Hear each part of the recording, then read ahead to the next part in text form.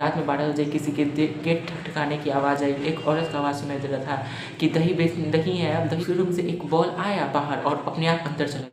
तो उसके बाद मेरी मम्मी बोली कि वही उसी तरह चूहा उसको बॉल से चूहा से टकरा गया होगा। तो उसके बाद हम लोग को ये नॉर्मल लगा। उसके बाद हम लोग अपना आराम से सो गए।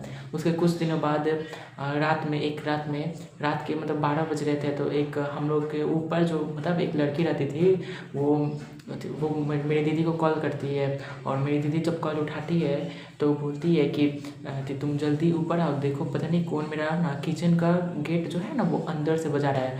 वो अपना किचन लॉक की थी और किचन का गेट अंदर से बज रहा था और वो ऐसा लग रहा था कोई इंसान वहाँ पे खड़ा होकर गेट बजा रहा है। और वो बोली थी कि हम अकेले हैं, ऊपर अकेले थे वो। तो उसको बहुत डर लग रहा था। तब मेरी मम्मी और मेरी दीदी गई छत पर। तो उसके बाद मेरी मम्मी और मेरी दीदी गई छत पर। तो उसके बाद देखी कि वहाँ पर तो कोई नहीं है और गेट भी बजना बंद हो गया है। तो मेरी दीदी कॉल की कि यहाँ पर तो कोई नहीं है, तो ज़रूर आपको कुछ गलतफहमी हुआ है। तो बोली कि नहीं, हमको सुनाई दे रहा था, पता नहीं कौन था। उसके बाद वो नीचे आ गई हम लोग के घर पे। उसके बाद वो हमारे रात के 12 बजे से लेकर वो सुबह तक हमारे यहाँ थी। उसने कहानी बताया कि हम मेरे बगल में जो फ्लैट है ना, उसके बगल का जो फ्लैट था उसमें एक औरत रहती थी और वो फांसी लगाकर मर गई थी ना। तो वही रोज़ आती है रात में और गेट दरवाज़ा ठकठकाती है। तो उसी के बाद से ना हम लोग भी बहुत डर गए। लेकिन वो तो रूम चेंज कर ली, लेकिन हम लोग उस रूम में रह गए।